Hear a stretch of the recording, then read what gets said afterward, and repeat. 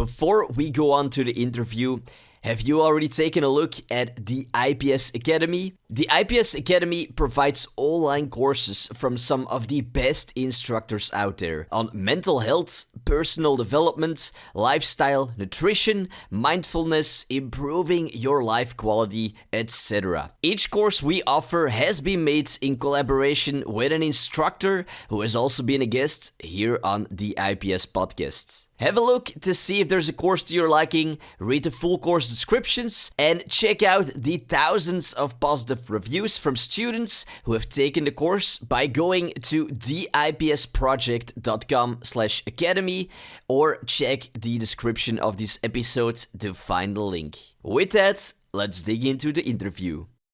That blueprint that we follow is the when I, then I. When I make 100K, then I'll be happy. Pulling back from that a little bit and saying, what does that $100,000 represent to me? Because it's not necessarily the money. Is it security?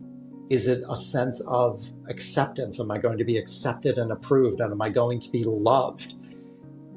It goes right back to that first day of awareness and the willingness to inquire within as to what the object that we desire actually represents. Because I'm a firm believer that it's very rare that we want the thing. We want how we think the thing is going to make us feel. Yep. And we want the thing because how we believe other people will perceive us because we have that thing. Welcome everyone here to another episode on the IPS podcast. My name is Jelis Vaas and I am the founder of the IPS project and your host here on the podcast. In this episode, I had the pleasure to welcome a guest who has been here on the podcast before.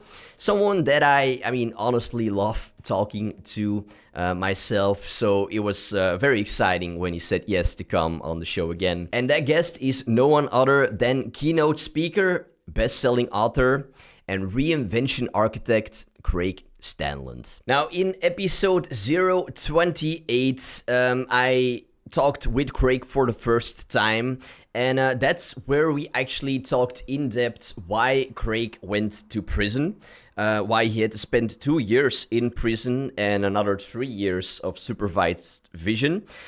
So if you're curious to just learn, all the lessons and also, of course, the full story of why he went to prison, then do check out episode 028 as it's honestly a very fascinating and insightful episode. Now, just in short, why he landed in prison is because he defrauded a tech giant. Again, if you're curious to learn more about the whole story, then check out that episode, which I will link to in the description of this episode. Now, in this episode, I am actually talking with Craig much more about what he does today as a reinvention architect. Craig had to go on quite an extraordinary kind of reinvention journey that led to all of the lessons that he uses today in the one-on-one coaching that he does with clients who are also wanting to reinvent their life or aspects of their life. If you are maybe going through a breakup or you're doing a study that you don't like or a job that you hate or you're going through some kind of crisis or something else, then you are going to learn a lot. And this episode can truly help you on that journey as there are a lot of practical takeaways in this episode. Now, as always, to find anything mentioned by Craig in this episode, any resources, then check out the show notes located in the description of this episode.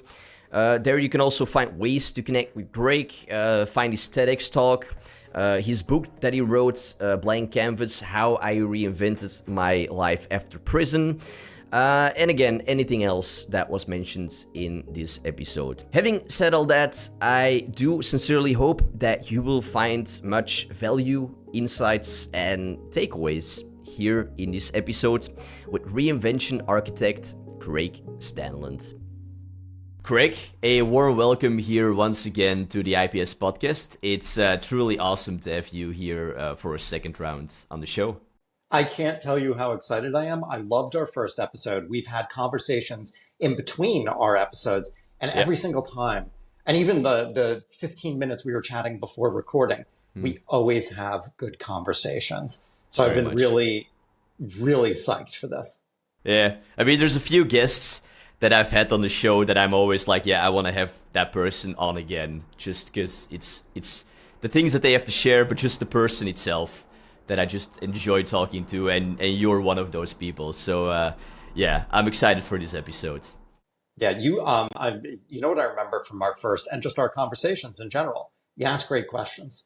Just your questions are absolutely incredible. They're very insightful, and you do something that I think is really important in any conversation. You hear what isn't being said, and I love that. Okay, well, thank you. I hope I can deliver. I hope I can deliver on that again. No pressure. Yeah. So, in the first interview that we did, we talked a lot about, why you went to prison and your time in prison and the things that you learned there. And we did talk also a bit about what you do today as a reinvention architect, but not to the extent that I actually want to talk about here in this episode with you. I'm going to start with actually a not very original first question, but the people, that come to you, who want to work with you one-on-one, with what wish do most people have when they come to you? So this is a really actually great place to start, because I think it speaks to the work and it speaks to how people think. When they come to me, I offer a free discovery call, and I start every single discovery call the same exact way. What was the impetus for you to schedule this call? And I've heard some unbelievable stories from people, but there's an underlying current. And what it is, well, I don't want this. I don't want that. I don't want this. And I'm like, that's great. But what do you want? And that stumps everybody all the time. And the answer is going to be unique for each individual. But there are, again, themes that come through. It is, I want peace. I want meaning. I want fulfillment. I want to know that my unique skills and talents are being utilized to their full potential towards something meaningful in my life. I want to do things beyond my professional, my materialistic and financial success. They really want to create something new in their lives. And then again, that's unique for each individual, but it's that creation of something new. Is there like a specific age that you mostly see that come to you? Or is it like just very wide ranging of ages? It is. So marketing wise, when I put myself out there, I do target 35 to 55. I just turned 50. My journey took me through, 35 to 50. And so I feel very comfortable speaking with people in those ages. I feel I can relate. I know that's my sweet spot. However, having said that, I also have a 23-year-old. I've had, and I've had people into their 80s.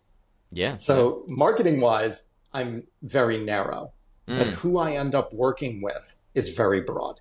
Yeah. I mean, I could imagine that wanting to reinvent a part of your life or your whole life could happen at any age in the end, right? That desire to want to do that.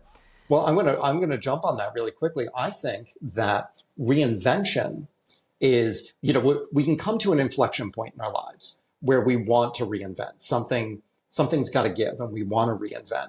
But I would argue that a really rich, deep, meaningful, fulfilling life is one of constant reinvention, not allowing ourselves to become complacent in one identity only, but to constantly look to evolve and expand who we are and what we want to do. Because even if we achieve our dreams, it's very easy to fall back into complacency because of how our brains are wired. So it's really always looking for that constant expansion. That's true. Yeah. Actually, when you are, for example, at a social event or at a bar or somewhere out, right? And people ask you, like, what do you do? And you tell them, like, I am a reinvention architect. And you explain a bit about, what it is that you do there. What is actually something that you feel, what part maybe do you feel people often don't fully understand to the extent that you wish them to understand about what you do? Honestly, that there's a life that's available to them at any given time that they're totally unaware of. Oftentimes when I explain what I do, if I was to narrow it down, two responses. One, okay. Oh my God, that's so cool. I'd love to talk to you. Number two is the deer in the headlights. What the heck is that? I didn't even know a thing like that existed. I do X. I am a CEO. I'm a CFO. Whatever it may be, I'm that. And that's all I ever will be. And so when I tell them what I do, they're just like, that's a thing. Yeah. And so what I wish people would know is just that there is something else available to them. And it's always within their grasp. And it might even be within their eyesight. Yeah. They just have to open their eyes to see it. It's actually funny. I mean, with like the job title Reinvention Architect, there are certain job titles. I actually talked not too long ago to Karen Fate, who is an empathy trainer. And she also has the same response every time, like, what the hell is that? Like, and plus also like, oh, that's very cool. But I could imagine that you get the same kind of comments from people when you tell them what you do. Yeah. But in the end, I mean, you can create your own job, right? Many jobs just got invented, right? Because there was a need for them. That's what I think is so cool about the world that we live in. If you see an opportunity, and this is some of the work that I do with my clients, in a sense, you see an opportunity, you go to it and you create the solution that you want to create for that opportunity. And whatever you want to label yourself, you can. There's no boundaries on that. Really quickly, it was funny when I was working with a business coach when I came up with Reinvention Architect. And she said, what do you think you want to call yourself? I was like, Reinvention Architect. And she goes, oh my God, I love it. It's sexy. It's great. It's incredible. Yeah. I got this big grin on my face. I was like, oh my God, a little validation. She loves it. Only one problem. Nobody knows what the hell that is. Mm-hmm. Nobody's going to Google Reinvention Architect because you just made it up. It's going to have an issue with SEO. So I want you to consider that. And I said, you know what? I love the name and I'm sticking with it. And she said, I love your commitment to it. We'll just make that name ubiquitous so that people know what it is. That's our job now. Wait, how did you came with that name? Did it just like hit you? Or did you read about it somewhere? Or did you connect it to words that you really like? Yeah, any way how you came to it? Great question. So when I realized that I wanted to work one-on-one with people, when I wanted to coach people, I started thinking about, okay, what do I know better than anyone else, right? And I flashed to this conversation with a friend who was actually talking about me dating after prison, of all things. But she was talking about dating in the terms of, she goes, honestly, I think you should have like a really casual relationship before you get into something serious because you've completely reinvented your life after prison and you don't know who you are yet. So when I'm thinking about coaching, that phrase popped in. And I said, she's right. I have completely reinvented my life. And I love that. And I know that better than anyone. And when I was in prison and I got out of prison and I was doing all of the steps and the work that I was doing, I used a lot of architectural terms. I have my inner foundation. I was rebuilding my life. I was clearing the land, which is eliminating those limiting beliefs. When I journaled, I used a lot of architectural terms, which I love architecture. I have zero background in it, but that and then reinvention. And this was in the early morning in that liminal state when you're a little fuzzy before you're fully awake, that kind of brilliant state when all of this is going through my brain and just like a flash, Reinvention Architect. And when did you actually decided that you wanted to do this? Like, was this in prison, or was this after prison that you felt like the dots connecting? This is what I want to help people with? So it was after prison, and I had gotten a job at a gym in the Lower East Side of Manhattan. I think we might have talked about that on the first one. Yeah, right? we did. Yeah. Yeah. And here I am making $12 an hour. I'm 7 figures in debt. And it was a great job, but I become very friendly with a lot of the members. And one of them, I finally asked, I said, Kim, what do you do? And she told me she's a business mentor and a mindset coach. I didn't know that even existed. And I shared with her then and there my story. I told her that I was wickedly successful in the corporate world, and I went to prison, and I'm rebuilding my life. And I said, I'm working on the book.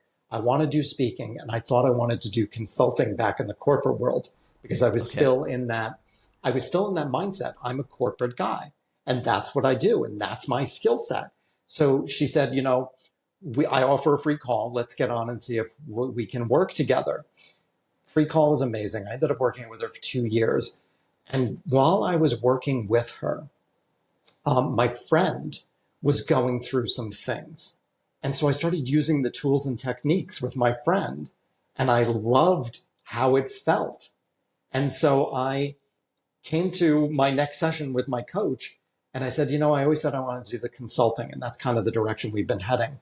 I don't want to do that. I don't want to go back to corporate. That's what I know. I want to do something new. And I said, I want to coach people.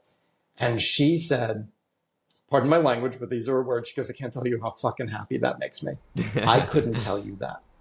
She said, I couldn't tell you that. You needed to connect the dots for yourself.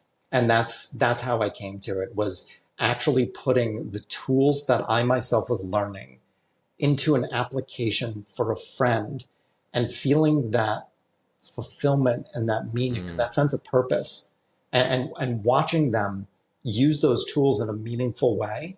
It was very powerful, and that's why I connected with it. Okay, so let's build a little bit on this.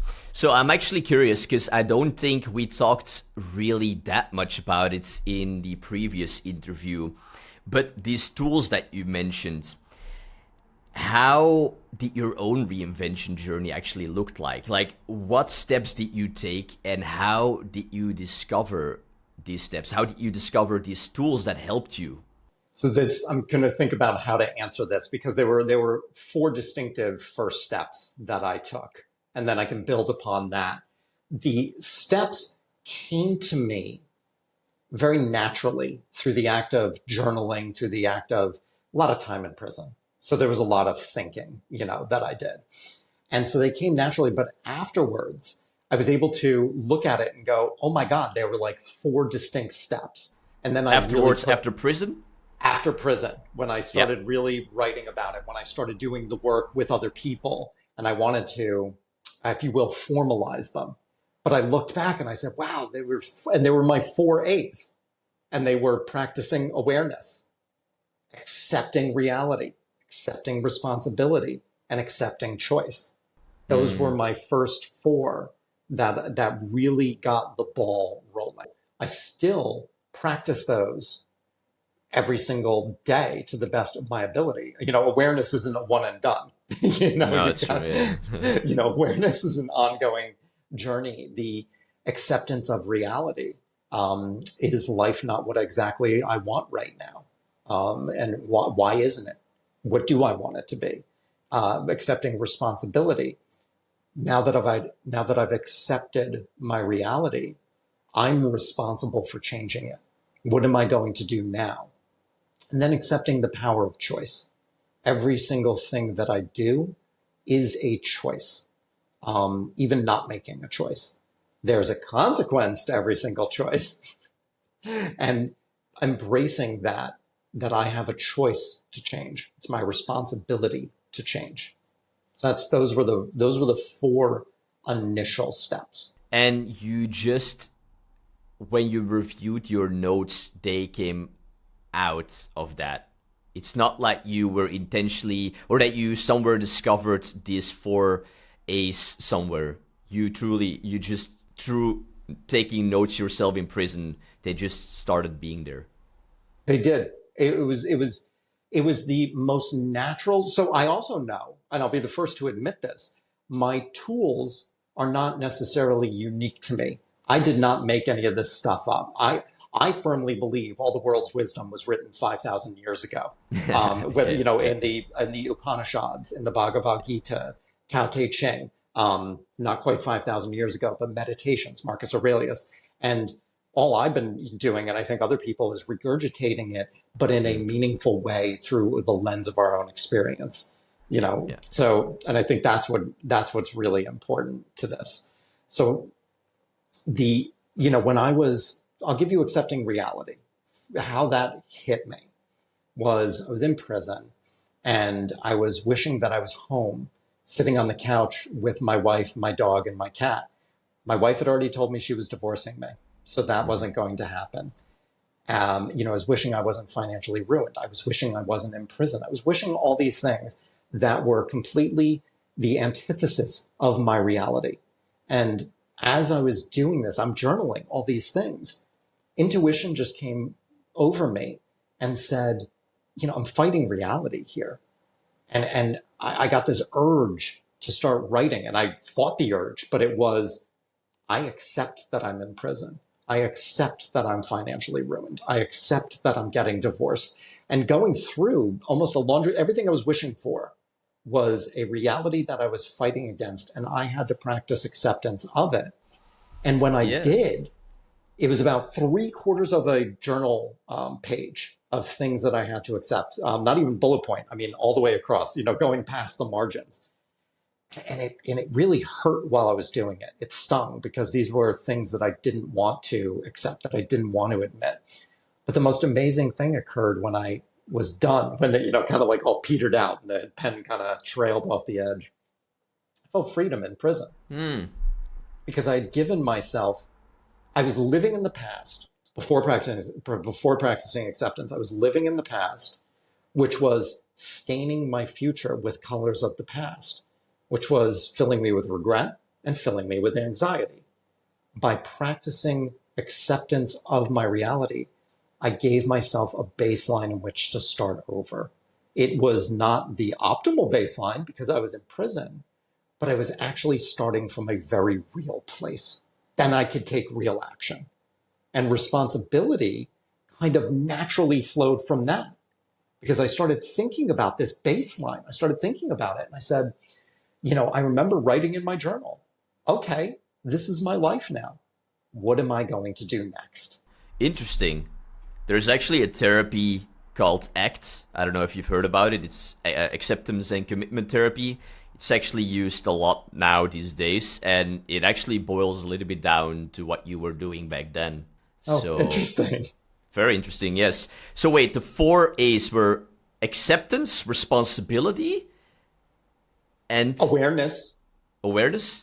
Awareness was number 1 because I had to be aware of what was going on. Awareness to me is wickedly important, but also very quick in a sense. It's just being aware that as I'll use this example in what I just gave you in accepting reality.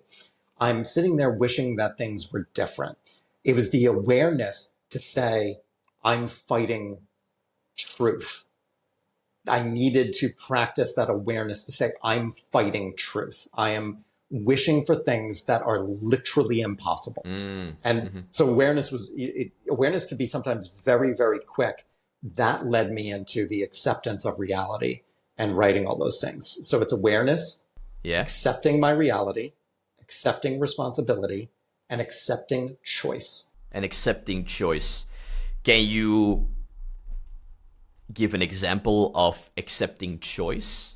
An example of accepting choice is really simple. I'll give you a simple one, and it's very silly, but it's, I have to do laundry or I choose to do laundry.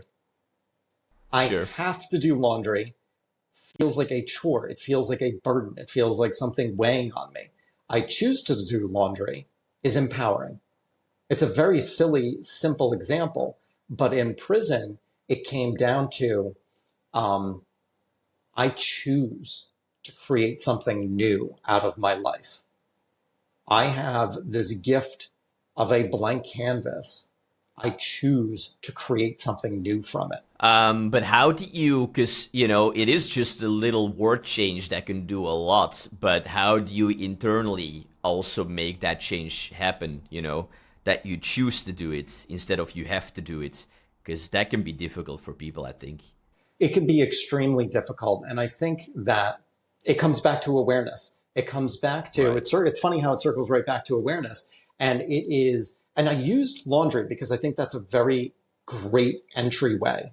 I have to do the dishes. I think using it in terms of chores and practicing awareness to see how it feels when you say, I have to take the trash out. And then planting that seed, saying, you know what, I want to change the wording. I don't have to do anything, but I choose to take the trash out. And I think it's also very important to understand that if you don't take the trash out, it's going to pile up and your house is going to stink. There is a consequence. And I think, that's how we start planting that seed. Okay. Very interesting. I do remember that you did talk a little bit about these 4 A's as well in our last interview. What other things helped you on your reinvention journey? Has there been anything else that also had a significant impact?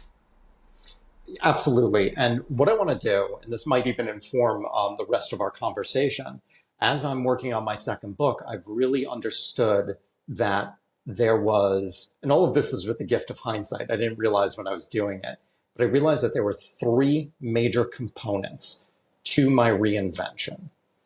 And I believe that these 3 components are the key to living that rich, deep, meaningful, mission-driven, fulfilling life. And we can go through them, and we're doing it right now. But the first one is connection. Connection is practicing that awareness. It's a connection to oneself, first and foremost. So that's where the awareness, the accepting reality, accepting responsibility, accepting choice comes in. And so we connect with ourselves. And the next step that I started doing was, as I was journaling in prison, I realized that I made terrible choices. And that's why I landed in prison in the first place. My choices were absolutely horrific. They were fear-based choices. And I started thinking there's got to be an easier way to make difficult choices. And I was not looking for a shortcut. I had already taken far too many of those, but I was looking for an easier way to make challenging choices. And 2 words kept on coming up through my journaling practice. They were filter and lens. I wanted a filter that I could run decisions through and an answer would come out the other side crystal clear. Or I wanted a lens that I could view things through where an answer would come out crystal clear. And so I started thinking about what is the filter and lens that I want to operate through? And it was gratitude, and it was connection, it was creativity. And so what I was doing, I didn't realize what I was doing. And I think I see a small smile on your face. You might even know what I was doing. I only when I had access to the internet, when I got out of prison, those are my core values. I was creating my core values, and I was just, without knowing that I was doing, I didn't even know core values were a thing before I went into prison.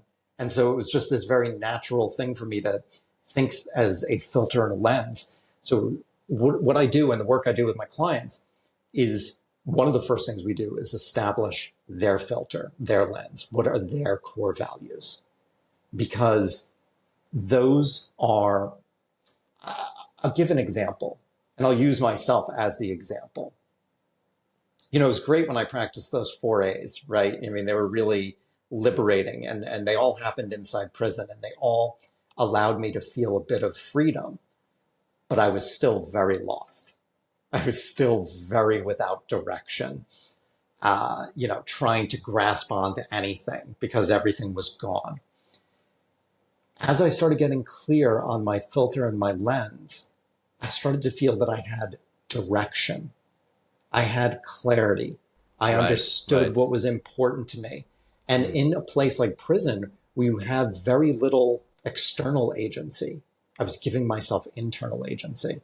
I was becoming in control of my life because I had those core values. And that is so important for any of us, because so many of my clients, when they come to me, and a lot of people, I think if we were to go out on the street of your town and just, have a microphone and say, could you tell us your core values? I think the majority of people would look at both of us like we were absolutely insane. It's something that they haven't given any thought to. Or conversely, and I love this on my clients' calls. What are your core values? Oh yeah, I totally know them. I got them locked down. We don't even need to work on that. I got them locked down. Great. What are they? I was like, you don't have them, because they need to be like this. They need to be intrinsic. You need to be able to repeat them. They need to be in part of you. And then we'll get into how we make that happen. But establishing those core values gives people a direction. It gives them a North Star that they can follow. If, for example, with some of my clients, if they say family is a core value, they put that number one, and a lot of people do, and it's obviously extremely important. That's great. How many hours did you work last week? 80. How often did you see your family? I didn't. How does that make you feel? Well, I feel pretty crappy. Okay, what can we do? How can we start making some decisions that are in alignment with your core value of family? Because when we start making those decisions, when we accept that responsibility, when we start accepting choice, and we make choices that are in alignment with our filter, with our lens, core values, we build self-trust, and we just feel in alignment with ourselves. We feel congruent with our choices, and we start breaking free from that autopilot. We start giving ourselves that sense of agency. So it's a small step, but a massive step at the same time. Honestly, like you said, like if you would walk up to people on the streets and you would ask them about their core values, many would indeed not know what to answer directly, because they haven't given any time to think about that exactly. Now, I would have to say, honestly, if I would have to give like a top 3 myself, I would also have to think about that. I do have one immediately that I can think of, but let's talk maybe how do you find them? Because, you could say a couple of values maybe, but I could see some people that they would change every year. And I guess that's not really your core values then, right? I mean, not to say that they probably can change in time, but how do you go about and find your true core values? What a wonderful question. So a couple of ways of going about doing that. One is you can look to people that you admire. Okay. And what do you admire about them? Do you enjoy that they are a family person who's connected with family? Do you enjoy that they are creative? That they live with what appears to be a sense of freedom to them? That they light up a room. So you can look at that. People that you admire. What are the traits that you admire in them? Why do you do that? That's one way of going about doing it. Another way to think about it is, you could say, if money were no object, what would you do? How would you spend your time? I would spend my time in nature. I would write a book. I'd start restoring watches. And, those are very niche things, but what's behind that? What's the thing behind that? What does that represent? So that's another way that you can connect with your values. What pisses you off? If you see something and it's a pet peeve and it's like an injustice in the world, and you are pissed, or you're pissed, or you're hurt, you're very sad, very empathetic for a tragedy that's going on in the world. That's a core value, because that's triggering something inside an individual. So those are 3 ways to start looking at the core values. Then from there, what I would suggest is a brain dump, writing down like as many as you can. Doesn't have to be a set number. You want to write down as many as you can just to get them all out there. I'd almost suggest letting them sit for a day, let them just marinate, if you will. Come back to the list when you're in a really good place. It's quiet. You can focus on them. and reread the list. And I guarantee you there's going to be just a handful of them that hit something. And that those are your core values. The other ones get thrown away. Yeah, they have to ignite something within us. They've got to resonate. Okay. And are there, great answer, by the way, great answer. Good questions to really think about, yeah. And are there actually, are there wrong core values? I could imagine someone saying like, oh, my core value is money. But maybe like you said, okay, what's underneath that? But just in general, are there incorrect core values? That's an interesting question. And okay. So what comes up for me is I can't remember the individual who said this, but I think I heard it on the Tim Ferriss podcast. And I'm going to use this as an analogy. Sure. He would ask people, who's your third favorite physicist? And you have to think about that. And his point was, if I ask you who your first favorite physicist is, even people who are not familiar with physicists whatsoever, chances are they're going to say Einstein. That's easy. Who's your third favorite artist? Picasso's an easy one to throw out from number one. But when you think about number three, you have to dig. You've got to dig and go through a list. So that analogy applies to our core values. If a core value comes out, that might seem like the first one may be what you think is the right answer, but what you said earlier is to dig beneath and see, is that actually genuine? And I call them displacement values. And those are the values that we think we should have.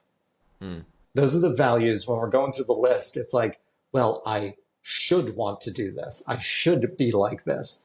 And we want to be very mindful of those. Because if they're not ours, we're going to feel very incongruent when we follow them. So we've got to be mindful. And again, we go, what's the third one behind that? We dig. And the question that you said, like, what would you do if money would not be a problem, is a very, very interesting question to think about. Yeah. It really is. And what I think is funny about that is a lot of people, their first answer, not the third one. A lot of people, again, you and I go out on the streets of your town and ask people, they'd be like, oh, I'd sit on the beach and drink daiquiris. Majority of people would be so sick and tired of that in 2 weeks, because we as humans crave meaning. We crave purpose. It's like intrinsic to us. So that, that's that first answer. And when we start getting down to it, and it's like, well, boy, I'd love to volunteer with horses. I'm actually using somebody that I know who does that. And it's like, why is that important to you? Well, it's a connection with an animal that's unbelievably intelligent. So what I'm hearing is connection's very important to you. And they're like, yeah, I do. I love connecting with people. Okay, so connection's one of your core values. Yeah. Well, actually, I would say at my top of my list is, and it's always been number one, helping people. Like, even when I was a little kid, that was always there. So I would definitely say that would be one of my biggest core values, helping other people. And the great thing is having this platform, the work that I know that you do, you're living in alignment with that core value. And I can ask you, how does that feel? Well, it feels amazing, right? Right, exactly. Yeah. It feels like I'm doing the right thing that feels right for me, right? Really quickly, I'd love to, a couple of things I'd love to just invite people to think about when they establish their core values, a couple of exercises. Because before I said, I believe you've got to be able to recite them as if we recite our own name. They have to be, there's a difference between understanding something intellectually and embodying it emotionally. And I believe that our core values are something that are meant to be embodied emotionally. And the way that we go about doing this is, and I discovered this in prison as well. I was like, I want these things to be so embedded in me that when a choice comes in, it's an instantaneous yes or an instantaneous no. Like they are in my bloodstream. And so what I did for that is kind of silly, but I would write them down every single day. I would just write them down every single day. I did that for years. I'm just starting to get back into that again because I actually let the practice wane, but I write them down every single day. Then I do word association, and it's a silly little game, but one of my core values is freedom. And so I'll do a word association. What's the first word that comes up when I think of freedom? Peace. What are the first three words that I think of when I think of freedom? Peace, creativity, gratitude. And so I do that word association. So I start connecting them to different emotions in my life. The next thing that I chose to do was fill in the blank. When I embody the core value of freedom, it allows me to fill in the blank. I see. I would do these exercises every day, and I did them for years. And oftentimes the answers on the fill in the blank would be the same. The word association, the answer would be the same. I would try to make them different, but I wouldn't force it if it wasn't meant to be forced. But I start seeing how they were interwoven and how they connected to one another. And when I lived one value, I was automatically creating the other values. It was really, it's really, really interesting. And the fill in the blank, when I embody the core value of freedom, it enables me to be wickedly creative in my life, which is something I love to do. I just made that up. That was the first thing that came to mind for me now, live on our conversation. And even just saying that aloud, it triggers some stuff inside of me in a very positive way. And where would you recommend people to do this? Like, would you recommend them to keep like a journal, or would you recommend them to write this down and hang it on a fridge that they could see it all the time? Because I could imagine people sometimes, I mean, we need reminders. We have so much in our life to think about already, right? But even our core values, we forget sometimes. Is there something that you suggest to clients to keep them reminded of these core values? So you just listed a couple of really good ones. And what I tell clients and what I tell anybody, and I implore the listeners to heed this, is, again, I'm going to share a quick story because I think stories are how we learn. Anecdotes are important. When I was in prison, when I got out of prison, I was reading all the self-help books, right? And I was trying to follow the steps that the person had put in the book to the T. I was following them, trying to follow that blueprint that they created, 100% honoring what they did. And I would do this for like sometimes only 1 day, 2 days, 3 days, and I would stop because it just didn't resonate with me. And then I'd be filled with like shame and guilt that this system that this guru created is not working for me. What the hell's wrong with me? Why do I suck? A lot of negative self-talk. And what I ended up doing, I got off the self-help treadmill and I started creating my own tools and my own things. But what I did was I took, and this is where I want listeners to connect to, I took the spirit of what the person was saying. I took the spirit of what they intended and I turned it into my own, as opposed to following somebody else's blueprint to a T. So for anybody listening, all the stuff that I was just saying, you can start doing that. If this is the road you want to go down, you can start doing it, but listen to your intuition and see how the exercise and where the exercise takes you, because that's what works for you. That's what this is about, is creating a system that is going to work for you. So that's a long way of answering your question, is find what works for you. And you do that by experimenting. It could be on the fridge. Yeah. It could be a reminder on your phone. Set, daily core values and have them listed on your phone. You pull that up. It could be Post-it notes places. But the key is to find what lands with you, that makes the practice a habit, that makes it a part of your life. So take the spirit of what I'm saying and transform it into your own, because that's also how we move from intellectual understanding from intellectual understanding to an emotional embodiment. That's where I think real change occurs. Yeah. Very good, actually. Yes. Because like you, many people get frustrated when you read these things from, on these self-help books and they do it and they're like, this just doesn't work for me. Yeah, there must be something wrong with me. And you have that a lot with the productivity books, I think, out there. Also with self-help books in general, right? But I was recently talking with a friend actually about this. So yeah, good suggestion. Like customize the system. Yeah, customize the system, understand what the intention behind it with the intention of the author, because the author, it may be a phenomenal system, but it's what works for them. And, we are all so unique, and, our own limiting beliefs, our fears, how we get in our own way, those rigid systems, I don't think they just can't work for everybody. Yeah. It's like a diet. And a little bit, right? Great analogy. Great analogy. Yeah, you got to customize it to yourself. Yeah.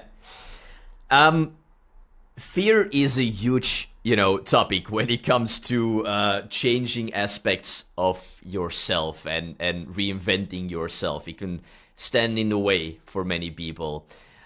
And we're going to talk more about fear in a bit. But were there actually any fears that held you back on your own reinvention journey? And if yes, how did you get past those fears? So many. Yeah. But okay.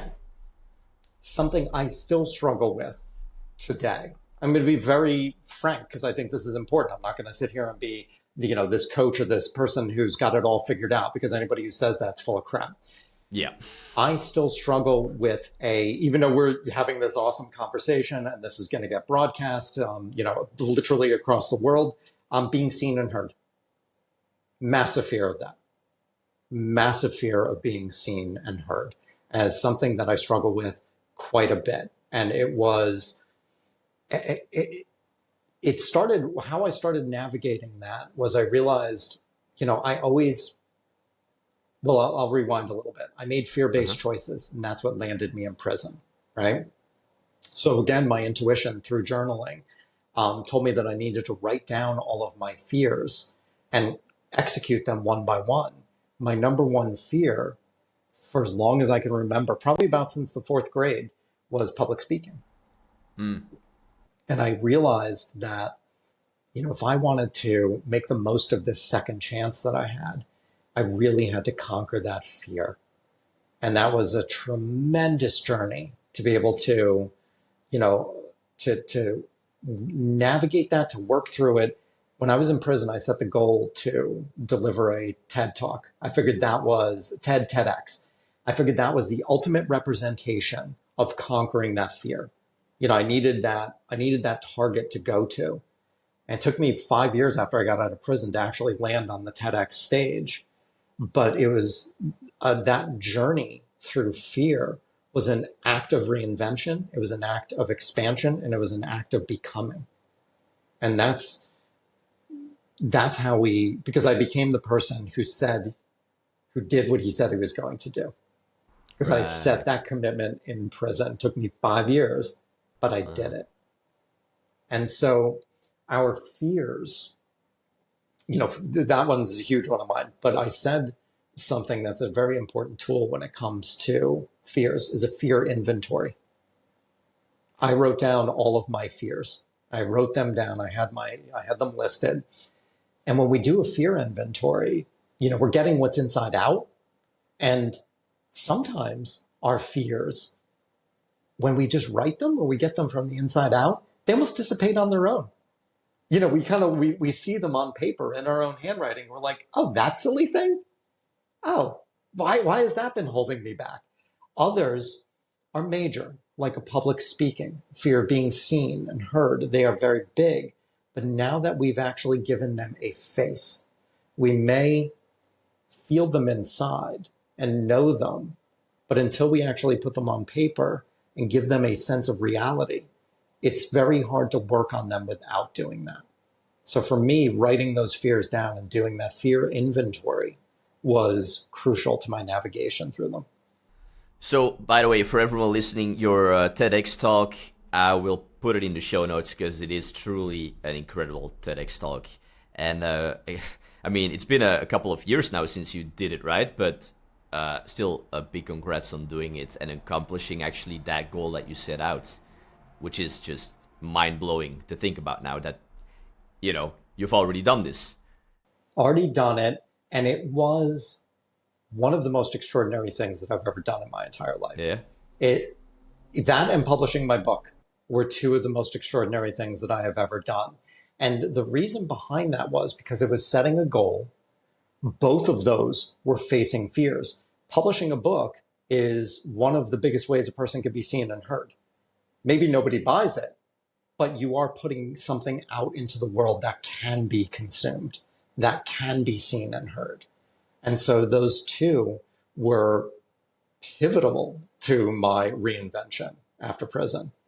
You know, they were, like I said earlier, they were an act of becoming, because I had to become someone new. And that's really what reinvention is an act of becoming, and to become someone new to create something new.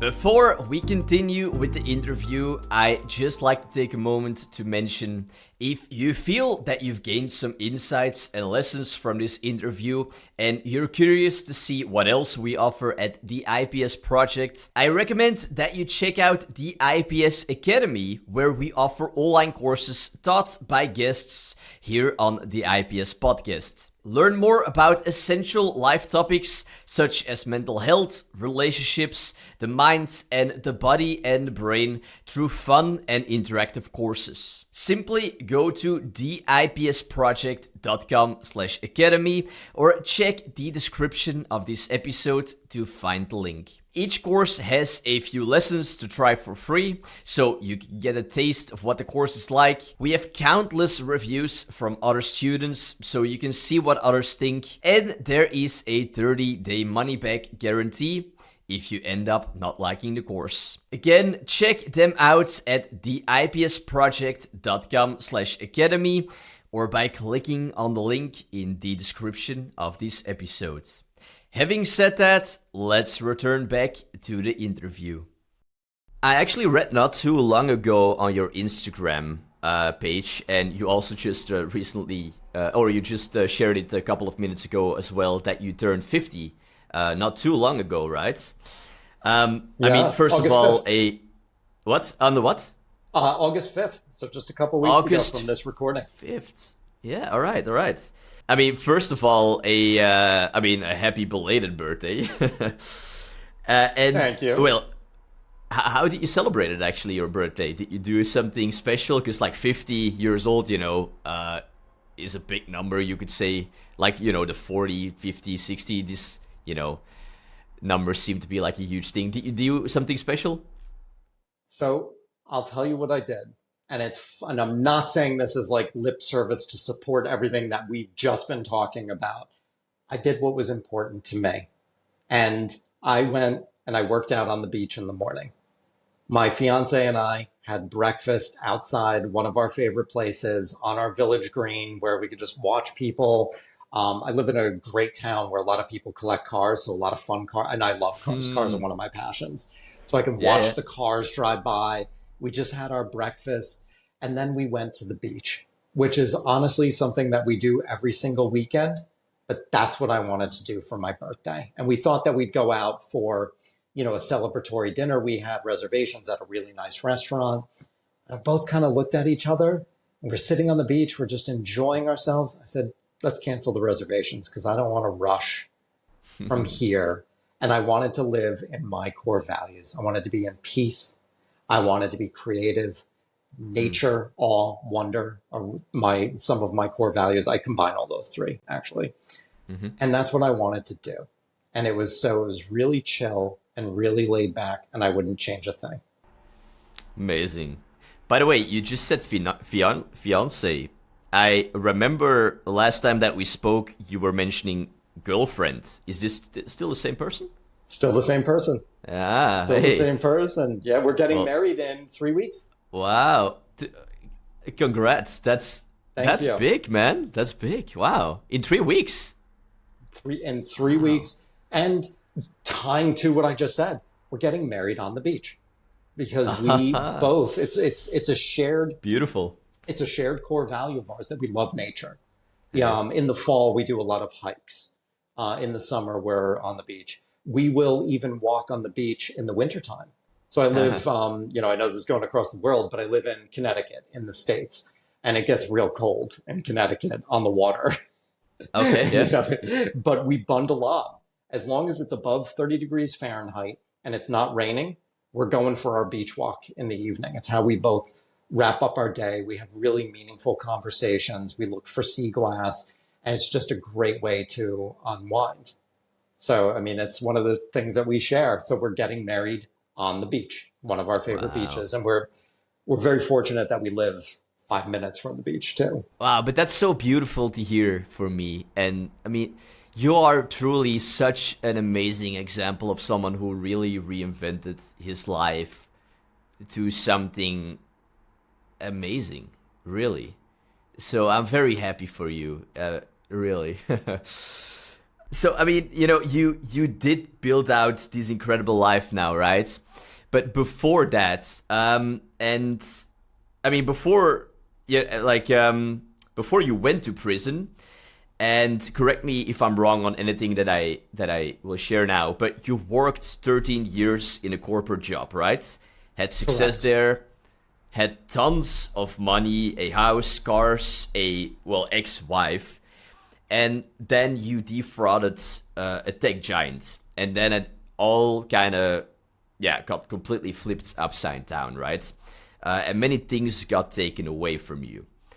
You had to reinvent and rebuild a complete new life, or most of it, in your 40s.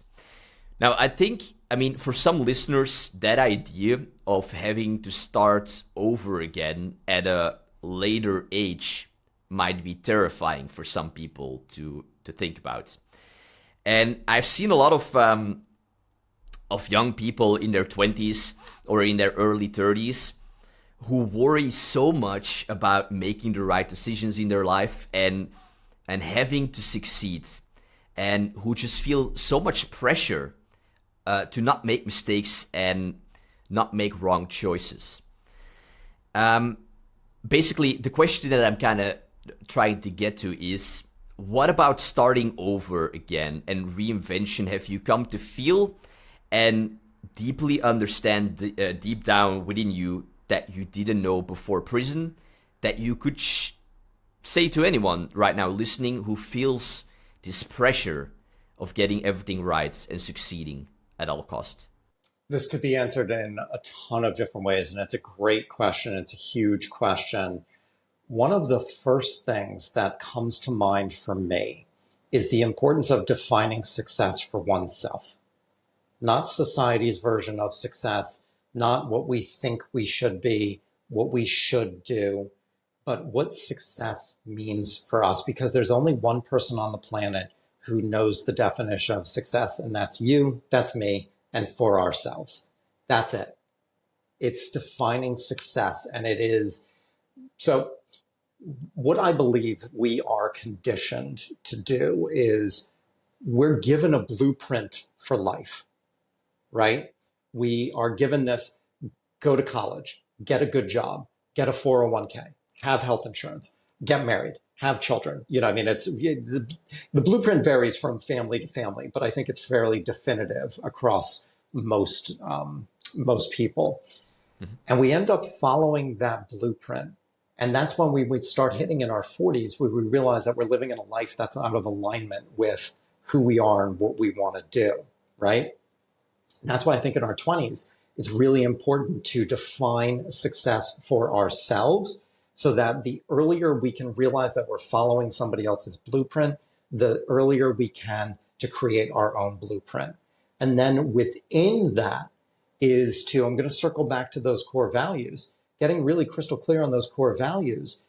If we make a choice within our core values and we know that we are not looking to intentionally harm anybody else, because then you're not living in alignment with your core values, whether physically or mentally or whatever, as long as we're not seeking to do harm,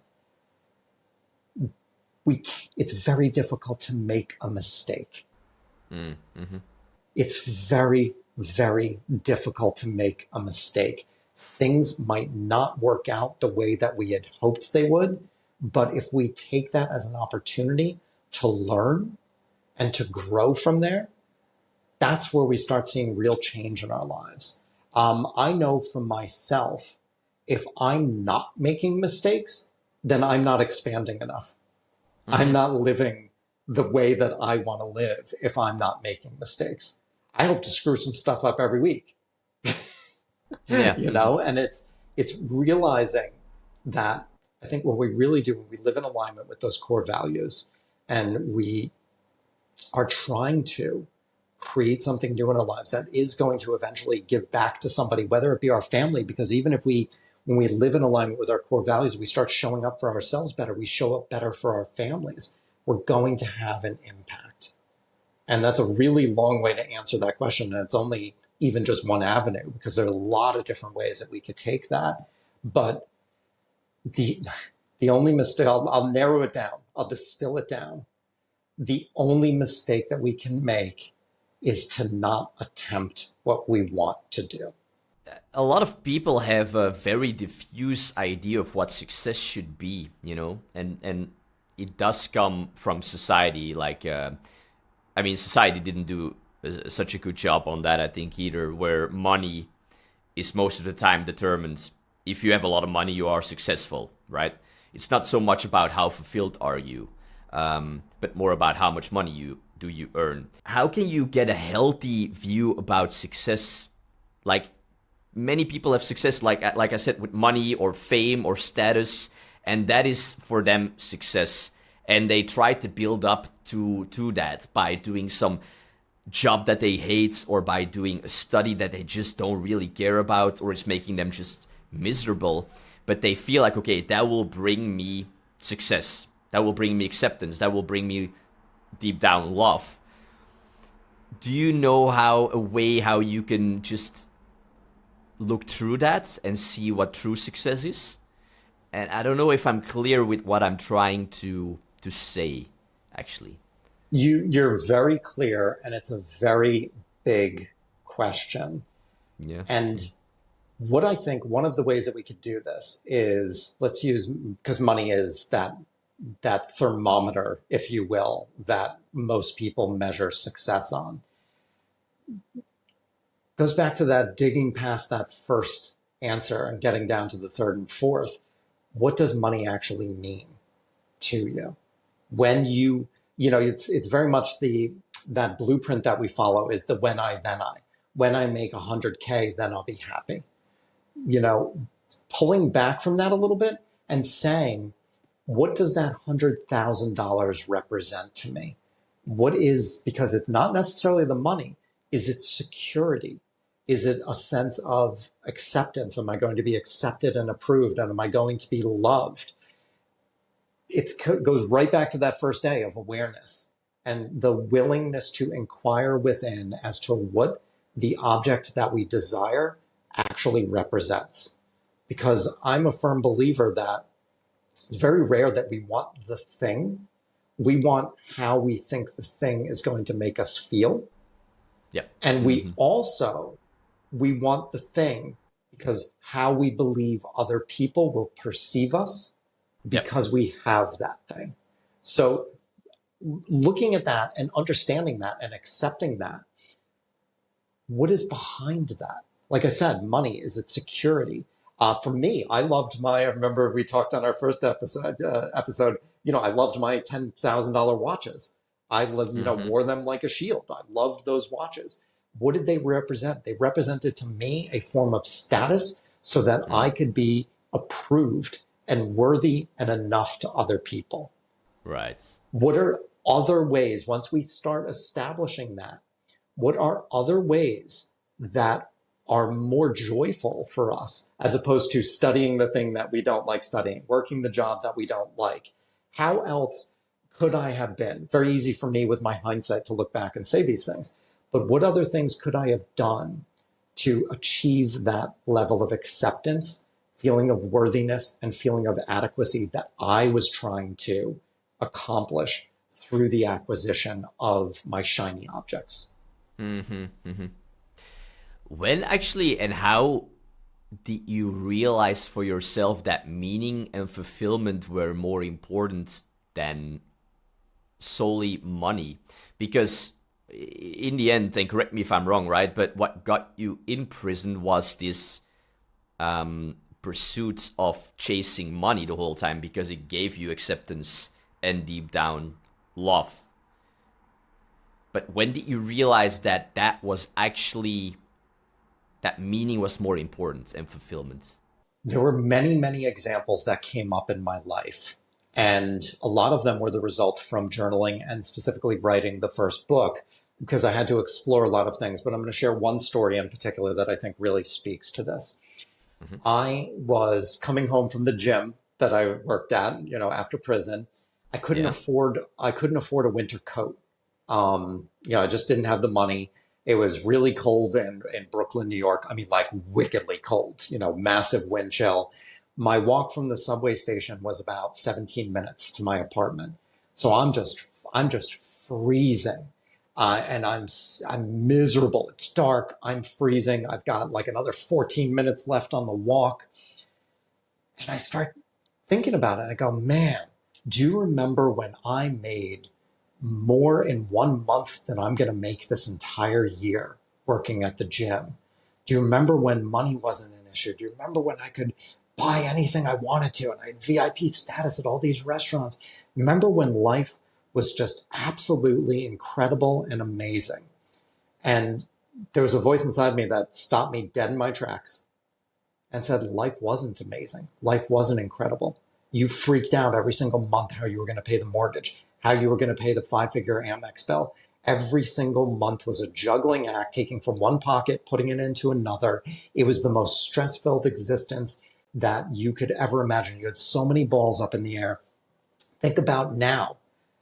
You have a beautiful apartment in Brooklyn, New York with a balcony. You don't make nearly what you made, but you don't even stress about money. You know you're going to make rent. You know you have food in the fridge. And this really gets to the point of your question. You're working on a book that supports your mission, and you do that 7 days a week for 2 hours a day. That's something you never had when you were in corporate world. And I will tell you something. It was in that moment with my little thin windbreaker jacket and, 0-degree temperature, I actually felt warm.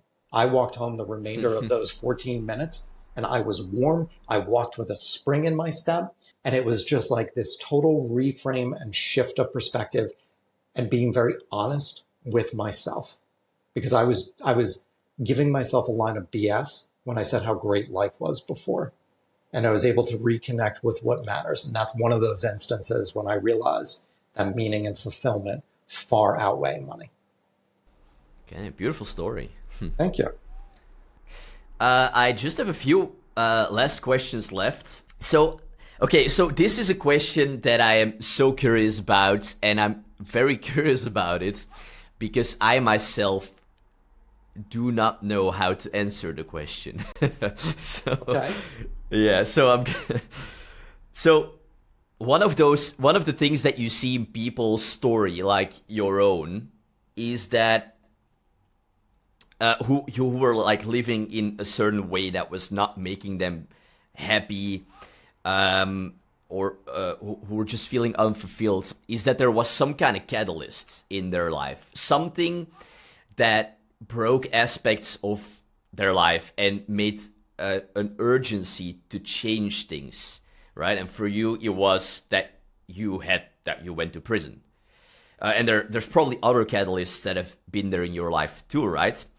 But what I am very curious about is, have you figured out some way to help people create their own catalyst and to help them take this step and to feel some true feeling of urgency to want to reinvent their life? Because there might be people listening who have a lot of signs that they are in a relationship that they're unhappy in, or that they're doing a study that is just not making them happy, or a job or whatever. And they know that there are signs, but they're just not taking a step. Do you know some way that can create some kind of urgency in their life to take a step? I'm going to tell you the first visceral thing that came up for me. And it's actually tattooed on my right forearm, looking up at me. And it's memento mori. Remember, you will die. And I think contemplating our mortality is so critically important to say, I'm going to die. And it reminds me of, I'm going to not get the quote verbatim correctly, but from Marcus Aurelius. And it's, stop whatever you're doing and ask yourself, am I afraid of death because I won't be able to do this anymore? And I think that, to me, I can't think of a greater sense of urgency.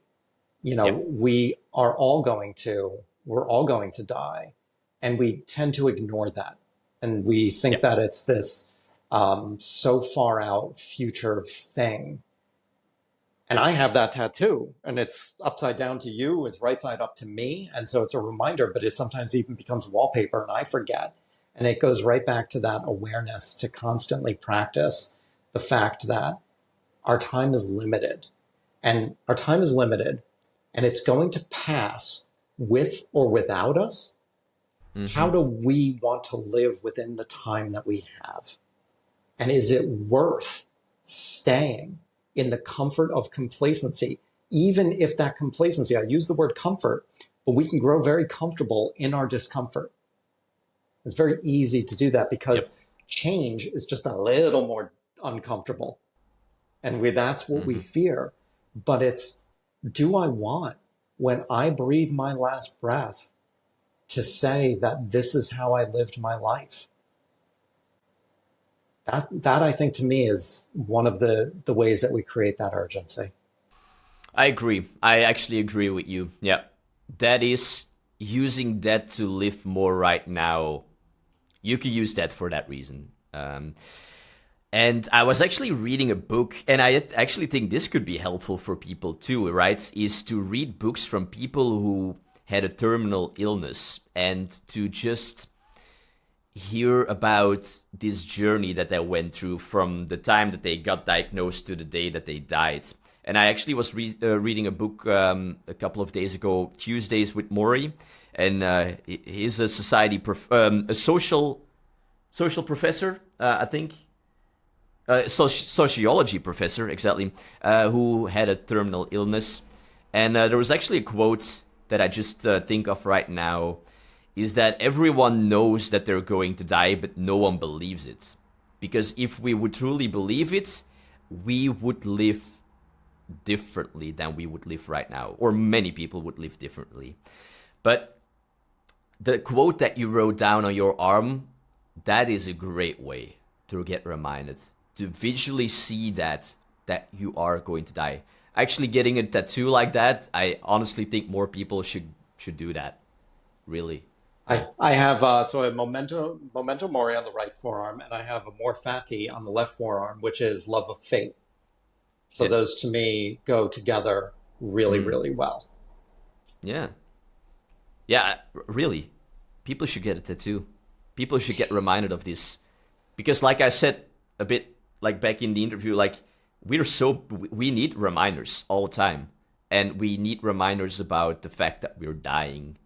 Because in the end, everyone has a terminal illness in a way, right? Like, we're all slowly dying right now.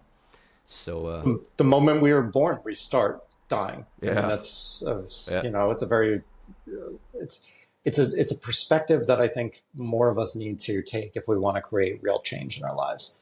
One of the fears I have now, to going back to fears, is leaving. I think it was, I forget it. I heard it first from Wayne Dyer, but it's like, don't die with your song still inside you.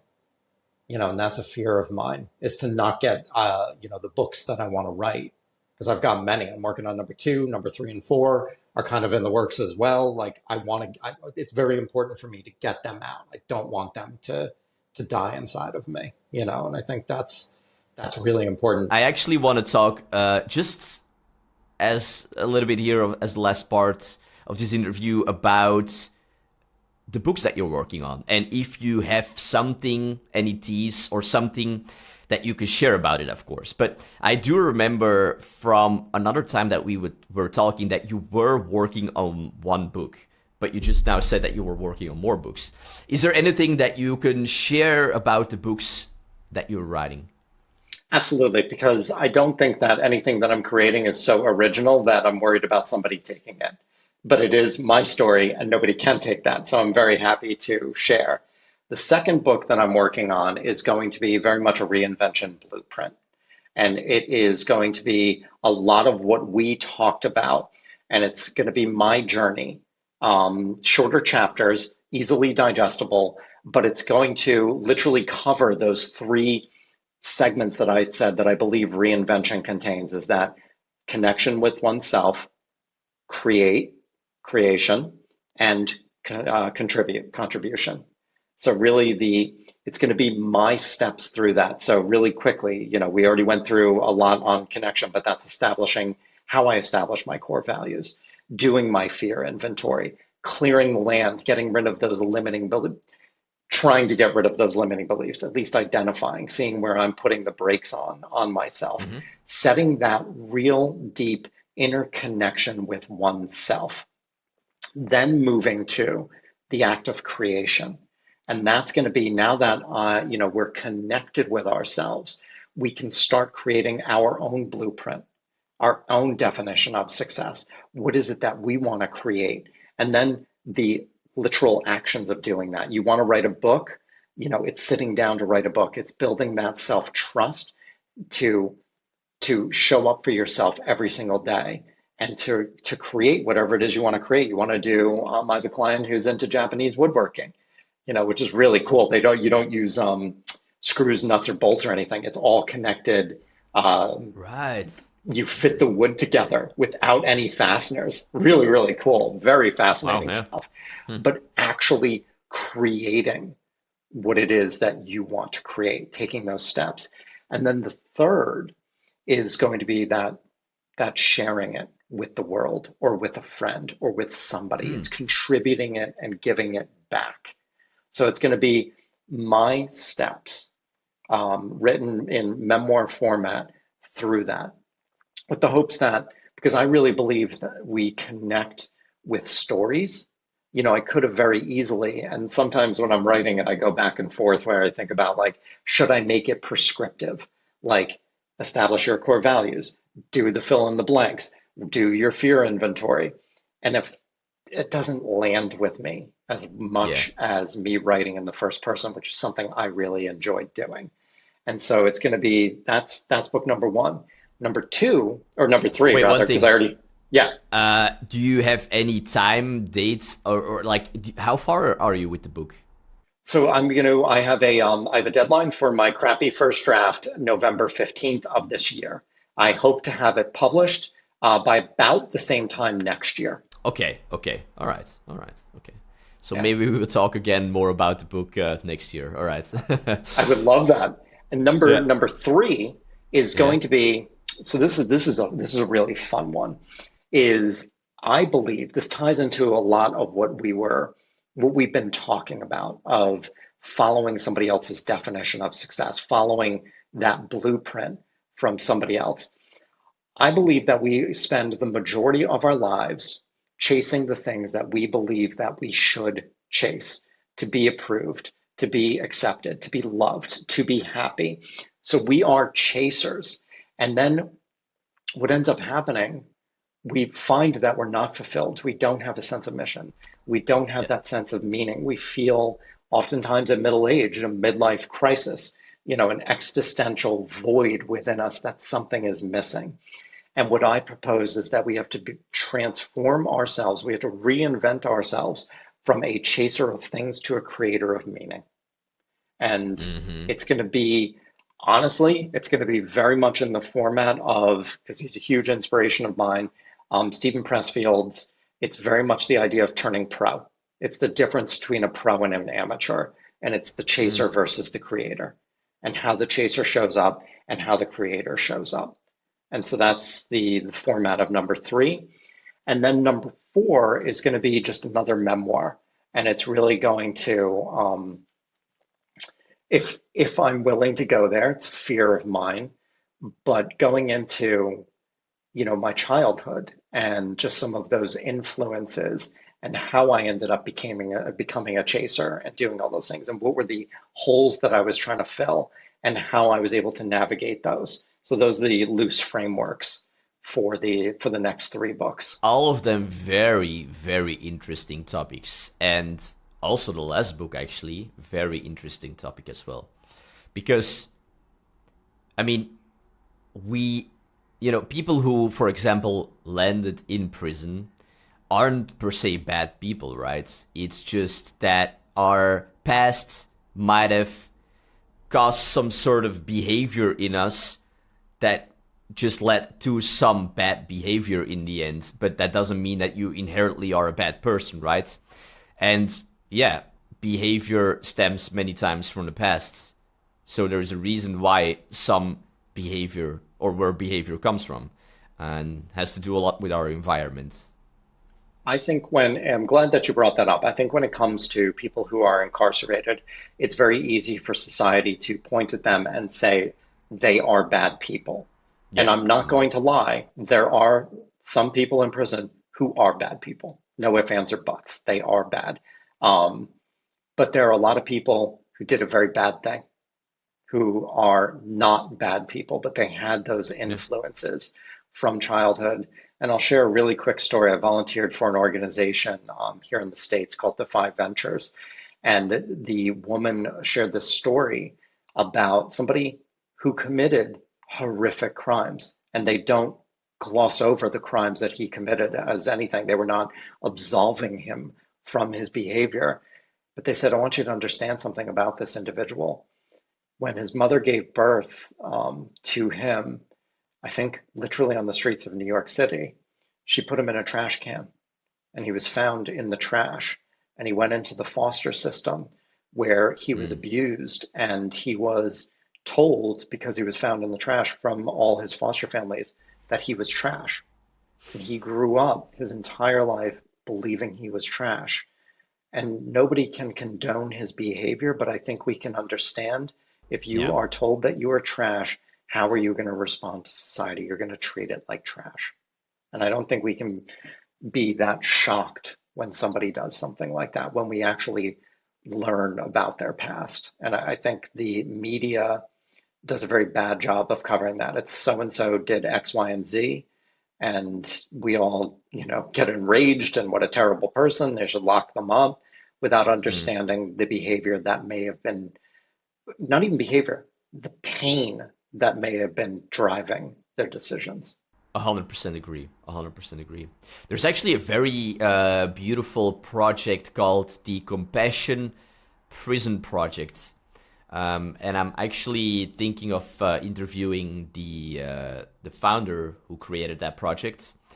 Um, but it's basically about this, that there is a reason why some behaviors are there, and that's many times from our past. And she goes around in the US to prisons and does work around compassion. And there's actually a very, I don't know if you've ever seen it, but it's actually a very beautiful video in a way, where she stands in the middle, and she creates a circle with all the prisoners, the people in the prison, and she reads a list of things and asks, like, if this happened to you, step into the circle. And it could be something like, if your mom or your dad ever yelled at you, step closer into the circle. And you see this whole group of people taking a step closer until, they're so close to each other that they're hugging each other, just to show that there is always a reason for behavior.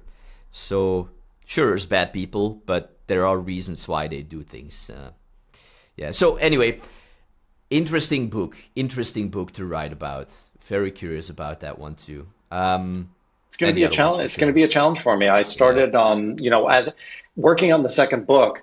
I think via writing. That's how I Yeah. think, is through writing. Yeah. I wrote over 1 million words to get to the 50,000 that are in my first book, Blank Canvas.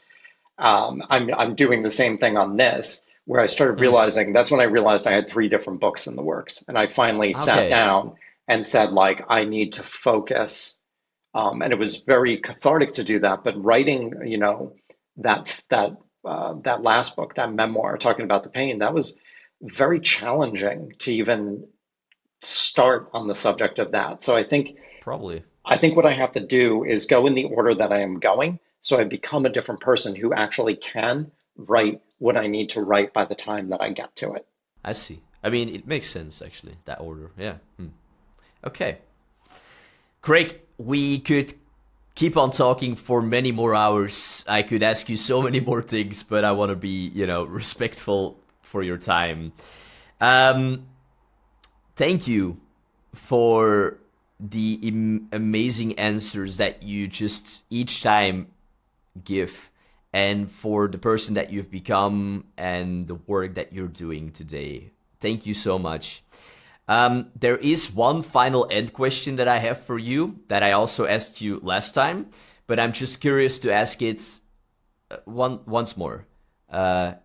Each time, it brings maybe a little bit of a different answer. But before I ask that question, what is the best place for listeners to connect with you, to check out your work, to maybe book a coaching session with you? Where would you love to send people to? CraigStandland.com, my website. You can book your discovery call there. You can also read some of my blog entries. I post multiple times a week. You can look, it's a link to my TED Talk is there. So it's a really good central repository for people to start. My book, Blank Canvas, How I Reinvented My Life After Prison, is available on Amazon and barnesandnoble.com. And you said you're going to put the link to the TED in the show notes as well. And I'm on LinkedIn and Instagram every day. So those are, All right. Great places to come check me out. So for everyone listening, it will all be found and linked up in the show notes. The last end question that I have for you, from everything that you've seen, experienced, lived, and learned in your life, what is the one thing you know to be true? I love this, and it's going to be a little bit different than what I answered before. But for me, one thing I know to be true, and this is something I struggle with, and that's why I'm going to answer it, is I am worthy, I am enough, and I find the deepest sense of meaning and fulfillment when I unlock and unleash my potential and my unique skills on something more significant than myself. And I am worthy and enough of the joy that comes when I do that. Craig, thanks again for being here on the podcast. Thank you so much for having me. I always love our conversations. Additional motivation to finish the next book so that we can come back next November and have a conversation about it. Yes. Plus, I mean, once it's written and it's finished, I will also put it in this episode and in the previous one. I will each time keep it up to date with the books that you've written. You're amazing. Thank you so much. And thank you for also, I said this on our first episode, but it bears repeating. Thank you for having this platform so that people can come on and share their stories, share their wisdom, because that's how we grow. That's how we grow, is by learning from other people who have walked the walk. And you having this platform, and you walk your walk yourself, which I'm always, I admire you tremendously for. So thank you for what you do. Thank you. And that concludes this episode with Reinvention architect Craig Standland. I do hope that you found some practical takeaways here in this episode to help you on your own reinvention journey if you're currently going through one. Now, to find anything mentioned in this episode by Craig, such as his TEDx talk, the book he wrote, Blank Canvas, How I Reinvented My Life After Prison, or anything else, then check out these show notes located in the description of this episode, or you can also go directly to theipsproject.com/podcast and search for Craig. With that, I thank you for joining me and Craig here in this episode, and who knows, maybe I get to welcome you again on another episode here on the IPS podcast. This is your host, Jellis Vaas, signing off.